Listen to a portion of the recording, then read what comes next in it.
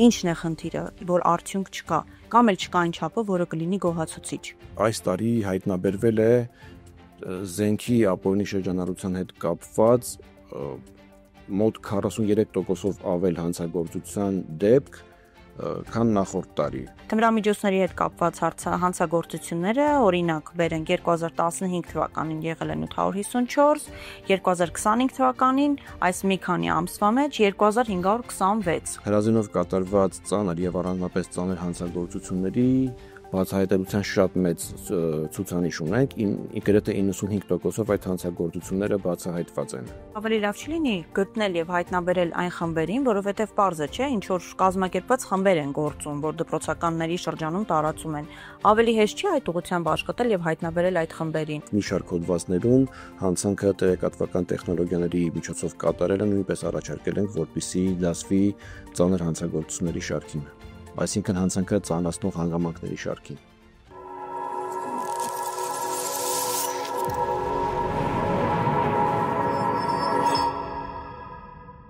Քանի դեռ ոստիկանությունը չի տեսնում, ամեն ինչ օրինական է։ 2025 թվականի հունվարից-օգոստոս ամիսներին արդեն ունեն գրանցված 27248 հանցագործությունների դեպք։ Այսօր իմ հյուրն է քրեական ոստիկանության գլխավոր վարչության քրեաբանական վերլուծության եւ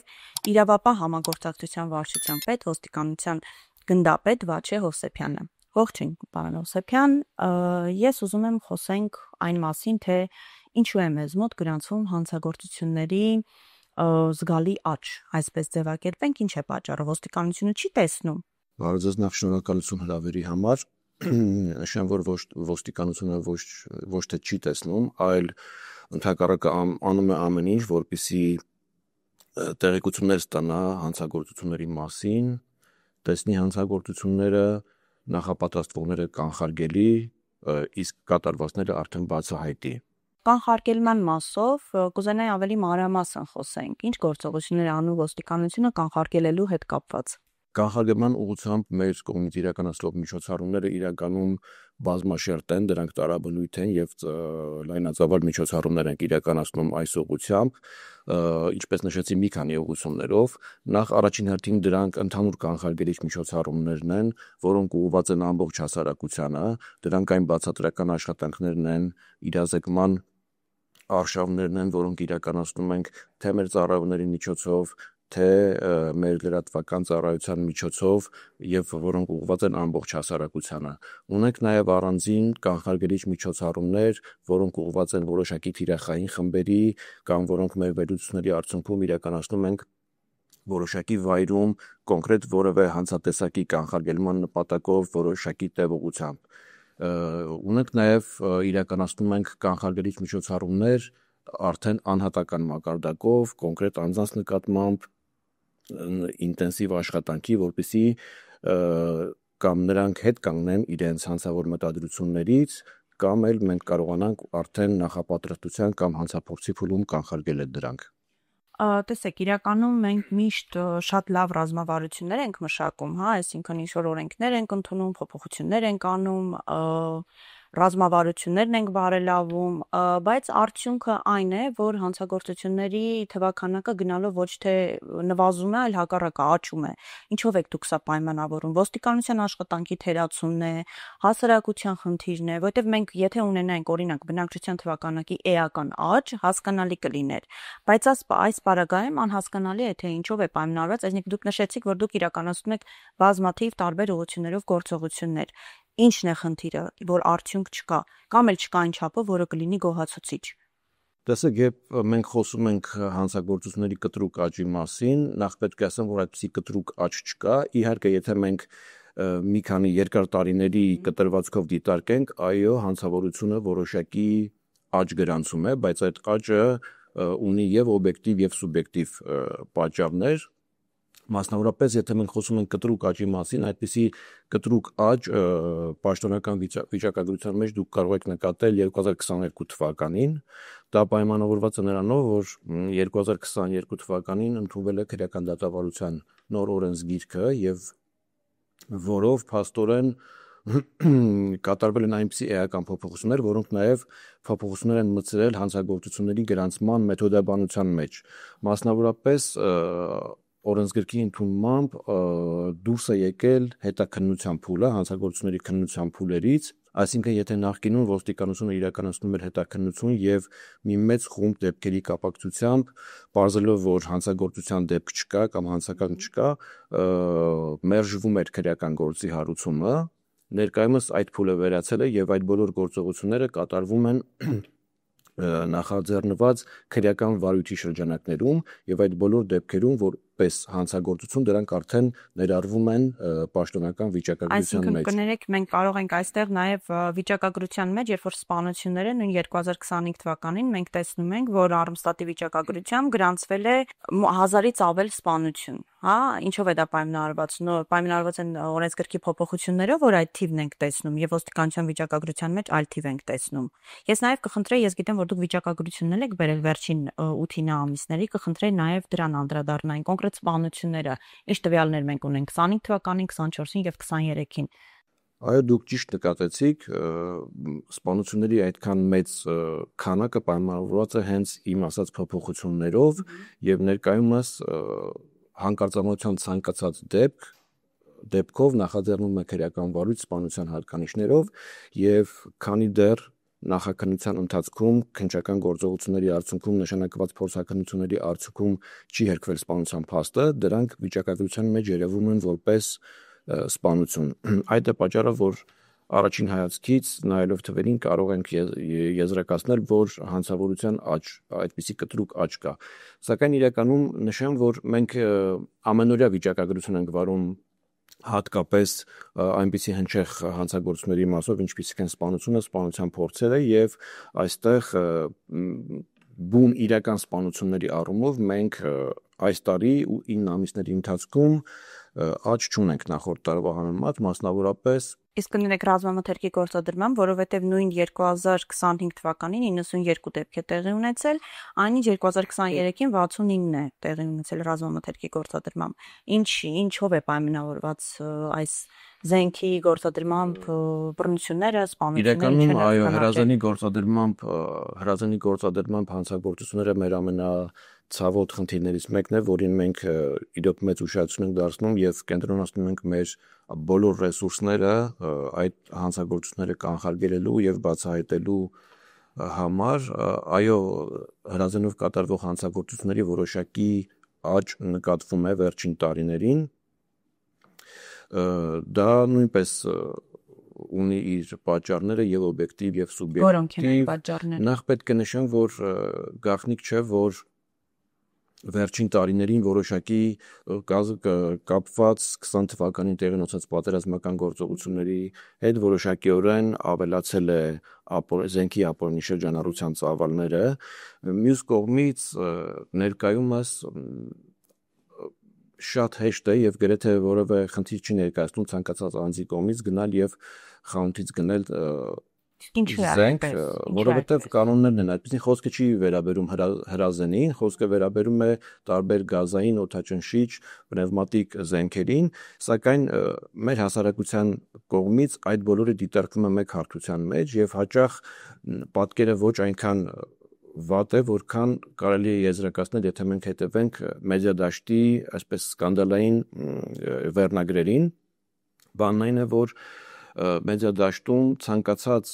կրակոց կամ ցանկացած կրակոցի նմանվող ձայնով դեպք դիտարկվում է եւ մեկնաբանվում է որպես հրազենով կատարված հանցագործություն, այնինչ եթե մենք գնում ենք կոնկրետ դեպքերի հետևից, շատ հաճախ պարզվում է, որ ոչ թե հրազենով կատարված հանցագործություն է, այլ հրազենի նմանվող ձայնով կամ գազային կամ նույնիսկ սպորտային ատրճանակի կամ նույնիսկ կրակոց արձակելու ունակ չի, այսինքն դա գնդակով չի, մեն ձայնը այդ ճայթունն է նման կամ նույնիսկ հրավառությունների եւ այլն այդպիսի ահազանգերը միանգամից դիտարկվում են որպես հրազենով կատարված հանցագործություն, կրակոցները այսինչ վայրում, այնինչ վայրում։ Դե բայց դա նույնպես ոստիկանության տիրույթն է, այսինքն եթե մամուլում գնում է այլ տեղեկություն, փաստացի ապատեղեկատվություն, դա կանխելնել է, չէ՞, ոստիկանության տիրույթում, ոստիկանության մասով։ Չէ, ես ուղղակի ուզում եմ նշել, որ իրենց հանրային վտանգավորությամբ դրանք համադրելի չեն, իրար, սակայն նույն ձևի են մեկնաբանվում մեդիադաշտում։ Դուք խոսեցիք հրազենով կատարվող հանցագործությունների մասին, սակայն ես նշեմ, որ երբ մենք խոսում ենք հրազենով կատարված ծանր եւ առանձնապես ծանր հանցագործությունների մասին, ապա նախորդ տարվա նույն ժամանակի համեմատ մենք ունենք ընդամենը 2 դեպքով աճ, սակայն ձեր ուշադրությունը ուզում եմ հրավիրել այլ հանգամանքի վրա, որը ցույց է տալիս մեր ոստիկանության եւ ընդհանրապես իրավապահ մարմինների անհանդուրժող վերաբերմունքը, անհանդուրժող կեցվածքը այս տիպի հանցագործություններին։ Դրա մասին է վկայում այն, որ հրազենով կատարված ծանր եւ առանձնապես ծանր հանցագործությունների բացահայտելիության շատ մեծ ցուցանիշ ունենք, գրեթե 95%-ով այդ հանցագործությունները բացահայտված են։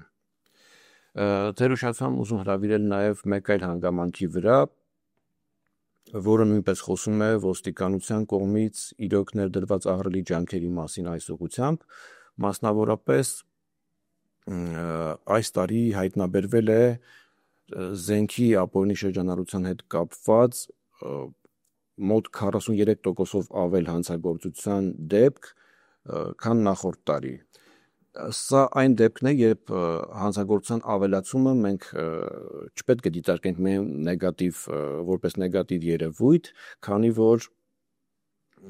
հրազենի ապօրինի շրջանառությունը դա լատենտային հանցագործություն է եւ ամեն մի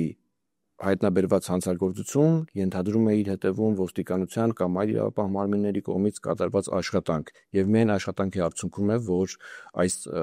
դեպքերը հայտնաբերվում են։ Նայեք, դուք նշում եք, բայց հասարակության մոտ տպավորությունը, այսինքն երբ որ մարդկանց հիմա կարող ենք հարցում անել եւ կտեսնենք, որ մարդկանց մոտ տպավորությունն է, որ ոչինչ չի արվում։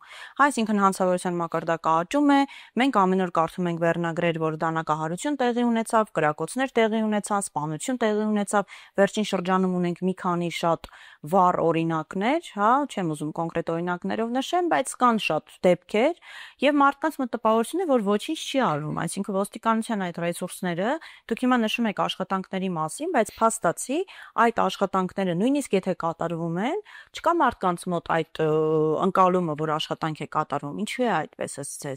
եւ արդյոք հասարակությունը ինչ որ բան ինքը պետք է անի, որ կանխի թե ապօրինի զենքի շրջանառությունը, թե մնացած հանցագործությունները, այս երկու հարցի մասին եք ուզում խոսենք։ Կարծում եմ այս մեր հանդիպումը նույնպես կնպաստի նրան, որ մեր բնակչությունը իրազեկվի, թե ինչ աշխատանք է կատարվում այս ուղղությամբ։ Ես արդեն նշեցի 43%-ով ավել հանցագործության դեպք է հայտնաբերել ոստիկանությունը կապված ապօրինի զենք զինամթերքի շրջանառության հանցագործությունների հետ։ Այլ թիվ նույնպես նշեմ, գրեթե կրկնակի ավել ապօրինի շրջանառվող զենք դուրս է բերվել ապօրինի շրջանառությունից նախորդ տարվա համեմատ գրեթե կրկնակի ավել զենք, ընդ որում 200-ից ավելի ինքնաձիգ, 300-ից ավելի մարտական ատրճանակ, նռնականատեր, ականանետեր, դիպուկահար հրացաններ, այդ բոլորը աշխատանքի մեծ ծավալով աշխատանքի արդյունք է։ Ավելին ասեմ ես ձեզ,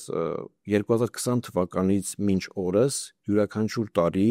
մեր միջոցառումների արդյունքում ապօրինի շրջանառությունից դուրս է բերվել ավելի մեծ քանակի զենք եւ ռազմամթերք, քան նախորդ տարի։ Դա նույնպես խոսում է, որ մենք չենք թույլատրում, ոչ միայն չենք թույլատրում այդ ուղղությամբ իրականացվող աշխատանքները, այլև ամեն տարի նոր շունչ ենք հաղորդում այդ աշխատանքներին։ Խոսենք մի փոքր թմրանյութերի ապօրինի շրջանառությունից եւ նաեւ այն տեղեկություններից, որոնք մշտապես կան մասնավորապես սոցցանցերում, դպրոցներում, անչափահասների շրջանում թմրանյութերի օգտագործման, տարածման հետ կապված, ես ուղղակի վիճակագրություն նշեմ, թմրամիջոցների հետ կապված հանցագործությունները, օրինակ բերենք 2015 թվականին եղել են 854, 2025 թվականին այս մի քանի ամսվա մեջ 2526, կարծում եմ բավականին 10 տարվա մեջ բավականին աճ է գրանցել այս մասը, ինչու է այսպես, որտեղ փնտրենք խնդիրը, ոստիկանությունն է մեղավոր, ով է մեղավոր։ Մինչև թմրամիջոցներին անդրադառնալը զենքի հետ կապված, ապօրինի շրջանառության հետ կապված կուզենայի նաև մեկ հանգամանք, նախ կուզենայի ձեր հարթակը նույնպես օգտագործել կանխարգելիչ առումով, իրազեկման առումով եւ կոչ անել նախ մեր բնակչությանը հանձնել իրենց մոտ պահվող ապօրինի հրազեն է եւ նաեւ մեկ անգամ եւս իրազեկեմ, որ իրենց մոտ պահվող ապօրինի հրազենը կամավոր հանձնելու դեպքում անձը ազատվում է քրեական պատասխանատվությունից։ Մի հանգամանք նույնպես նշեմ, այս ուղղությամբ իրականացվող մենք հանդես ենք եկել օրենսդրական նախաձեռնությամբ, որ ապօրինի հրազենի շրջանառության հետ կապված հանցագործությունները դիտվեն որպես ծանր հանցագործություն։ Իսկ գուցե խրախուսանք է պետք, որ մարդիկ հանձնեն ապօրինի։ Դե հենց դա խրախուսական նորմ է կոչվում քրեական իրավունքում, երբ անձը ազատվում է քրեական պատասխանատվությունից, այլ խրախուսանքից է, օրինակ, որ ավելի միգուցե հնարավոր, կարելի է տրում, օրինակ, չգիտեմ, ինչ որ գումարի չափով։ Շատ լավ, անցնենք թմրամիջոցների շրջանառությանը եւ նաեւ վերաբերում է թմրամիջոցների ապօրինի շրջանառությանը, ապա այստեղ այո ճիշտ նկատեցիք, վերջին տարիներին նկատվում է այս խումբ հանցատեսակների որոշակի աճ։ Դա պայմանավորված է մի քանի հանգամանքով։ Առաջին հերթին դա պայմանավորված է տեղեկատվական տեխնոլոգիաների զարգացմամբ։ Ներկայումս թմրամիջոցների ապօրինի շրջանառությունը իր ավանդական ձևերից տեղափոխվել է, մոդեռնիզացիա է որոշակիորեն ենթարկվել եւ ներկայումս գրեթե ֆիզիկական շփման միջոցով ապօրինի ձեռքբերումները բացակայում են, ամբողջությամբ ապօրինի շրջանառությունը եւ իրացումը տեղափոխվել է համացանցային տիրույթ։ Երևի դուք Telegram խմբերի մասին եք ասում, որի մասին բազմաթիվ տեղեկություններ է տարածում եւ ինչպես դա պետք է կանխվի, որովհետեւ այդ խնդիրը արդեն տարիներ շարունակ է կա եւ կարծես թե որևէ լուծում չի տրվում այդ հարցին։ Ոստիկանությունը ինչ է անում կոնկրետ այդ մասով։ Նախ նշեմ, որ նոր ձևավորված քրեական ոստիկանության բոլոր ստորաբաժանումներում կան մասնագիտացված կամ բաժիններ կամ ծառայողներ, որոնց հիմնական գործառույթը թմրամիջոցների ապօրինի շրջանառության դեմ պայքարն է։ Համացանցի միջոցով թմրամիջոցների ապօրինի շրջանառության դեմ պայքարի արդյունավետությունը բարձրացնելու նպատակով քրեական ոստիկանության գլխավոր վարչության կազմում ստեղծվել է համացանցի միջոցով թմրամիջոցների ապօրինի շրջանառության դեմ պայքարի բաժին, որը բավական արդյունավետ աշխատում է եւ արդեն իսկ ունենք բավական դրական ցուցանիշներ, բայց այստեղ պետք է նկատի ունենալ, որ այս տեսակ հանցագործների բացահայտումը կախված չէ միայն Հայաստանի Հանրապետության իրավապահ մարմիններից, քանի որ դուք կարող եք ենթադրել, որ քանի որ այն կատարվում է համացանցային տիրույթում, ապա միշտ չէ, որ հանցավորները գտնվում են Հայաստանի Հանրապետության տարածքում, այսինքն կարող է անձը գտնվել մեկ այլ երկրի տարածքում եւ ինտերնետային հարթակի միջոցով, որը նույնպես գրանցված չէ Հայաստանի Հանրապետությունում, այլ երրորդ երկրում, կատարել հանցագործություն, որի հետևանքները տարածվում են արդեն Հայաստանի Հանրապետության տարածքում։ Սա հիմնական այն բարդությունն է, որը ծառացած է մեր առջև եւ բայց այս ուղղությամբ նույնպես ակտիվ համագործակցություն ես հասկացա, այսինքն ինտերնետային տիրույթում նույն Telegram-ը վերցնենք, հայկական տիրույթ չէ, գործող անձինք շատ հնարավոր է Հայաստանում չեն, եւ ոնց եք պատկերացնում, այսինքն ոնց պետք է կարգավորվի։ Ակտիվացնում ենք միջազգային համագործակցությունը այդ ուղղությամբ, ընդհանրապես նշեմ, որ թմրամիջոցների ապօրինի շրջանառության դեմ պայքարը, այսպես ինստիտուցիոնալ հիմքերի վրա դնելու նպատակով ներքին գործերի նախարարության կողմից մշակվել եւ մի քանի ամիս առաջ ընդունվել է թմրամիջոցների ոչ բժշկական նպատակով գործածման եւ ապօրինի շրջանառության դեմ պայքարի ռազմավարությունը եւ ռազմավարությունից բխող 2025-27 թվականների գործողությունների ծրագիրը։ Սա իրոք մի հիմնարար փաստաթուղթ է, որը վեր է հանում ոլորտում արկա բոլոր մարտահրավերները, նախանշում է ռազմավարական մեր նպատակները, ուղղությունները, ինչպես նաև սահմանում է այն գործողությունները մեր նպատակներին հասնելու, այսպես ասեմ, ճանապարհային քարտեզը, հստակ միջոցառումներով եւ միջոցառումների համար պատասխանատու ստորաբաժանումներով։ Իսկ ինչն է պատճառը, որ հենց վերջին տարիներին ենք մենք տեսնում թմրանյութերի ապօրինի շրջանառության շատ բարձր աճ։ Հնարավոր է արդյոք որոշակի հովանավորչություն, հա? Եթե հնարավոր է բացառել, ապա ես կբացառեի այդ հովանավորչությունը։ Ես նշեցի աճը պայմանավորված է հիմնականում վերջին տարիներին տեխնոլոգիաների բայց առաջ էլ է եղել, չէ՞, նույն այդ տեխնոլոգիաները, օրինակ 10 տարի առաջ։ Տարի առաջ Telegram-ով չէր վաճառվում։ Եթե մի քանի տարի առաջ անձը թմրամիջոց ձեռք բերելու համար պետք է ունենար որոշակի կապեր հանցավոր կապեր, ինքը նույնպես պատկաներ որոշակի հանցավոր այսպիսի խմբերի կամ հարեր դրանց, որպեսզի նախ վստահություն ձեռք բերեր, որ կարողանար հանդիպել իրացնողին, կանխիկ գումարի միջոցով ձեռք բերել, այսօր համակարգչից օգտվող գործնականում ցանկացած անձ համակարգչային ստեղնաշարի մի քանի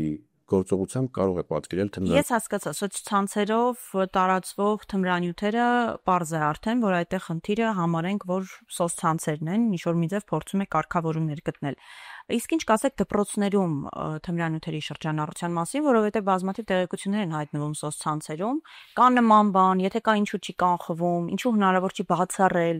անչափահասների շրջանում թմրամիջոցների շրջանառությունը, այս մասով կուզեմ խոսեք։ Անչափահասների շրջանում թմրամոլության կամ թմրամիջոցների ապօրինի շրջանառության կանխարգելման թեման իրոք շատ զգայուն թեմա է եւ որը պահանջում է պրոֆեսիոնալ մոտեցում, քանի որ մենք այստեղ գործ ունենք անչափահասների դեռահասության տարիքում գտնվող անձանց մասին եւ այստեղ մենք պետք է կարողանանք այն չափով, այն ինտենսիվությամբ ցուցաբերել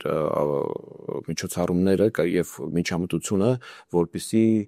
չստանանք հակառակ էֆեկտ, որովհետեւ դա իրոք շատ զգայուն թեմա է։ Այս ուղղությամբ մեր մոտեցումն այն է, որ մենք ավելի շատ պետք է աշխատենք տնօրական հանրույթի հետ, ուսուցչական կոլեկտիվների հետ,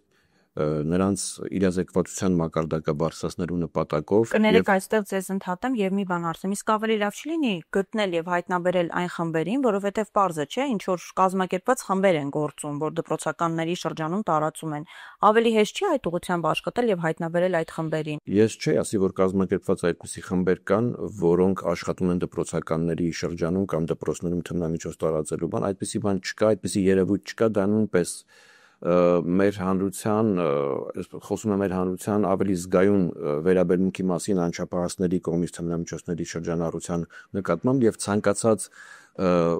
ոչ թե տեղեկություն, այլ լուր իրոք դառնում է մեծ քննարկման, մեծադաշտերում քննարկման առարկա եւ երբ որ գնում ենք լուրերի հետևից կամ տեղեկությունների ստուգման հետևից, ապա առավելապես դրանք չեն համապատասխանում իրականությանը, նույնիսկ եղել են դեպքեր, երբ մեծ տարածում է գտել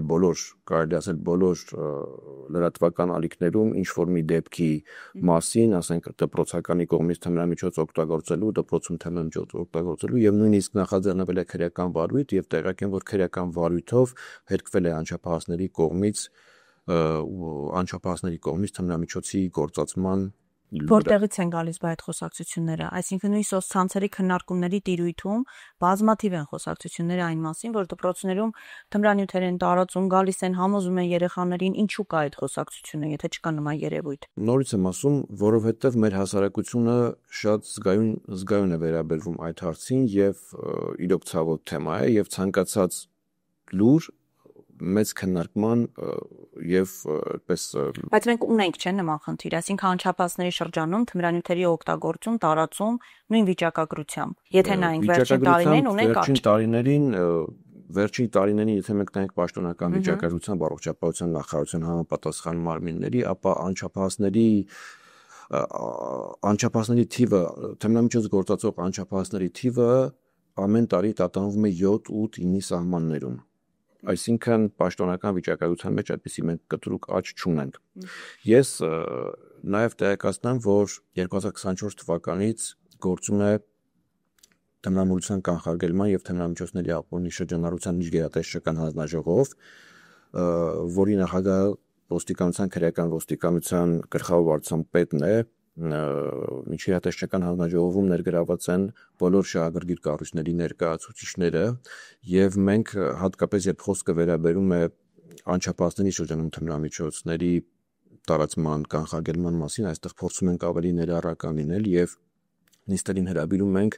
տարբեր մասնագետների, քաղաքացիական հասարակության ներկայացուցիչներին, տարբեր հասարակական կազմակերպությունների ներկայացուցիչներին, լսում ենք նաեւ նրանց կարծիքը, կրթության, գիտության, մշակույթի եւ սպորտի նախարարության մեր գործընկերների հետ ենք պարբերաբար հանդիպում ունենում եւ այս առումով իրոք այս ուղղությամբ մեծ աշխատանք տարվում է, մասնավորապես նախ մեր ոստիկաններն են վերապատրաստվում այդ ուղղությամբ, այս տարի հրատարակվել է UNICEF-ի աջակցությամբ մեթոդական ուղեցույց ոստիկանության ծառայողների համար, մշտապես կազմակերպվում են հանդիպումներ, ինչպես արդեն նշեցի, ուսուցչական կոլեկտիվների, ծնողների հետ, ծնողական կոմիտեների հետ, իրազեկվում են նրանց թե ինչպես նրանք կարող են նախ կանխարգելել իրենց երեխաների կողմից թմրամիջոցների օգտագործումը,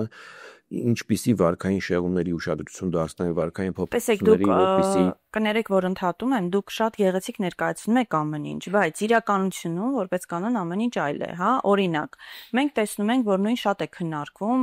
նույն բարձրաստիճան պաշտոնյաների, քաղաքական գործիչների, հայտնի մարդկանց կողմից թմրանյութերի օգտագործման հարցը։ Հա, այսինքն նման տեղեկությունները միշտ կան, քննարկվում են, եւ ես կարծում եմ, որ կանխարգելելու տեսանկյունից, այսինքն առաջին հերթին, այս պետք է մենք օրինակ ծառայենք անչափահասներին, եթե խոսում ենք անչափահասների մասով։ Հիմա, եթե օրինակ ոստիկանությունը, արդյոք ոստիկանությունը նախ այսպես տամ հարցը, իրավունք ունի բացահայտելու որևէ պաշտոնյայի, քաղաքական գործի հայտնի մարդու կողմից թմրանյութի օգտագործման դեպք, եւ եթե իրավունք ունի բացահայտելու, ինչ գործողություններ պետք է անի այդ մասով։ Կա նման ինչ որ ձևաչափ եւ ոստիկանությունը զբաղվում է դրանով։ Ոստիկանությունը որևէ կաշկանդվածություն չունի որևէ անձի կողմից նախ բացահայտելու հանցագործության դեպք, նախ օգտագործումը քրեական հանցագործություն չէ, այո, եթե որոշակի չափից ավել չափը համապատասխանող Եթե օգտագործում են նաև պահում են, չէ՞։ Այո, պահելու դեպքում այո, դա չէ որ դուք նշեցիք այդ տերմինը, զուտ ուղղակի բարձրաբանման համար եմ ուզում ասել, որևէ կաշկանդվածություն չկա եւ իմ կողմից ներկայացված թվերն էլ արդեն վկայում են այն մասին, որ իրոք անզիջում պայքար է տարվում այս ուղղությամբ։ Ես մի այլ թիվ էլ ասեմ, ընթացիկ ժամանակահատվածում այս տարվա ապօրինի շրջանառությունից դուրս է բերվել կրկնակի ավել թմրամիջոց, քան նախորդ տարի։ Ծավալներն են ավելացել, այսինքն փաստացի, քանի որ այդքան հայտնաբերվել են։ Հայտնաբերման ծավալները ավելացել են, այո։ Եթե օրինակ ոստիկանությունը ֆիքսի հայտնաբերի, որ որևէ ազդեցիկ մարդ հովանավորչություն է իրականացնում, կա կաշկանդվածություն ինչ որ գործողություններ անելու։ Որևէ կաշկանդվածություն չկա, ոստիկանությունը ցանկացած ոստիկանության համար նշանակություն չունի անձը ինչ դիրքի է, ինչ սոցիալական կարգավիճակ ունի, եթե կա տեղեկություն որևէ անձի կողմից հանցագործության կատարման կամ նախապատրաստության կամ ինչպես դուք եք ասում հովանավորության վերաբերյալ, գործի են դրվում բոլոր միջոցները, ամբողջ գործիքակազմը տվյալ հանցագործությունը ամբողջ ծավալով բացահայտելու համար։ Ավելացնեմ նաև, որ այստեղ նույնպես մենք չենք սահմանափակվում միայն հանցագործությունների բացահայտման գործառույթով, նաև այստեղ նույնպես հանդես ենք եկել օրենսդրական նախաձեռնությամբ, ինչպես նշեցի, համացանցային տիրույթ է տեղափոխվել հիմնականում այս հանցատեսակները եւ մի շարք հոդվածներում հանցանքը տեղեկատվական տեխնոլոգիաների միջոցով կատարելը նույնպես առաջարկել ենք, որպեսզի դասվի ծանր հանցագործությունների շարքին, այսինքն հանցանքը ծանրացնող հանգամանքների շարքին։ Եվ ես կուզենամ խոսեմ մի օրենսդրական փոփոխությունից, որը ներկայացրել է ներքին գործերի նախարարությունը, վերաբերվում է օպերատիվ հետախուզական գործունեության մասին օրենքում փոփոխություն կատարելուն, այստեղ ամբողջը չկարդամ, բայց ընդհանուր առմամբ ինձ մոտ տպավորություն է, որ այս փոփոխությամբ խոսքը վերաբերում է 31-րդ հոդվածի 4-րդ մասում բառերի փոխարինմանը։ Եվ տպավորություն է, որ այս փոփոխությունից հետո ոստիկանությունը իրավունք կունենա լսել յուրաքանչյուրի հեռախոսազանգը, նամակագրությունը կարդալ, հասանելիություն ունենալ ֆինանսական տվյալներին, այդպես է թե այդպես չէ, քանի որ փոխարինվում են, որի նկատմամբ պետք է դրանք անցկացվեն բառերը, նախապատրաստում է, կատարում է կամ բառերով։ Այսինքն, եթե ոստիկանությունը կասկածում է, որ որևէ մարդ նախապատրաստում է հանցագործություն, ապա կարող է առանց այդ մարդու գիտության լսել նրա հեռախոսը, տիրապետել նրա նամակագրությանը, հասանելիություն ունենալ նրա ֆինանսական միջոցների մասին տվյալներին, ճիշտ եմ ես հասկանում։ Նախ ձեր նշած օրենքի գործունեությունը տարածվում է ոչ միայն ոստիկանության, այլ նաև դրույթները տարածվում են ոչ միայն ոստիկանության, այլ նաև օպերատիվ հետախուզական գործունեությամբ զբաղվող այլ մարմինների վրա, եւ եթե մենք կարդանք օրենքի դրույթները, ապա ձեր նշած միջոցառումները դրանք օպերատիվ հետախուզական գործունեության միջոցառումներ են, որոնց իրականացումը վերապահված է օպերատիվ հետախուզական գործունեություն իրականացնող մարմիններին, բայց այստեղ այնպես չէ, որ ցանկացած դեպքում, ցանկացած տեղեկատվության դեպքում օպերատիվ մարմինը կարող է հեռախոսային խոսակցություններ լսել կամ մյուս միջոցառումները իրականացնել։ Խոսքը վերաբերում է ծանր եւ առանձնապես ծանր հանցագործություններին, այսինքն օրենքի մեջ նշված է կոնկրետ որ դեպքերում, եւ բացի